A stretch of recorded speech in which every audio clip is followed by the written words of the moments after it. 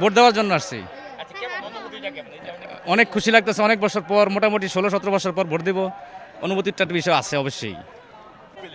অবশ্যই অনেক দিন পরে বলতে অনেক বছর পর আমরা সুযোগ পেলাম মন খুলে আমরা সাক্ষী দিতে, দেশকে কোথায় এগিয়ে নিয়ে যাব এর উপরে সাক্ষী দেওয়ার জন্য আমরা ফ্যামিলি সহকারে সবাই মিলে আমরা আসলাম।